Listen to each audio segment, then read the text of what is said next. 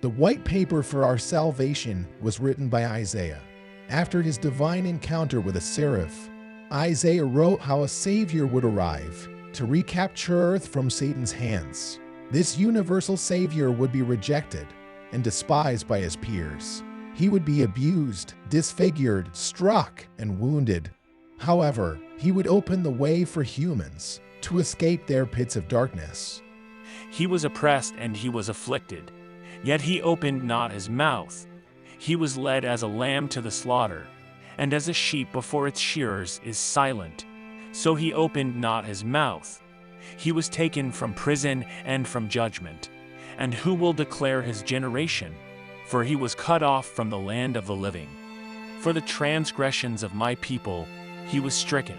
Approximately 700 years after Isaiah wrote these words, this prophecy was fulfilled when a Jewish man named Yeshua, who we know by his Greek name Jesus, was betrayed by Judas and hauled through the streets for state execution. Satan's henchmen dressed him up and spat on him as part of their ritual of inversion. They stripped him and put a scarlet robe on him, and then twisted together a crown of thorns and set it on his head. They put a staff in his right hand. Then they knelt in front of him and mocked him. "Hail, King of the Jews," they said. They spat on him and took the staff and struck him on the head again and again.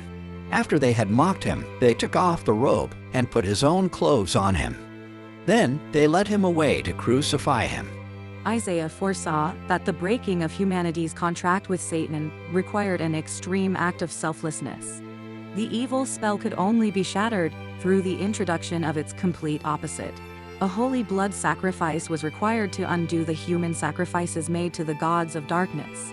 God came in human form to become the sacrifice, unlike Satan who feeds on the pain of others.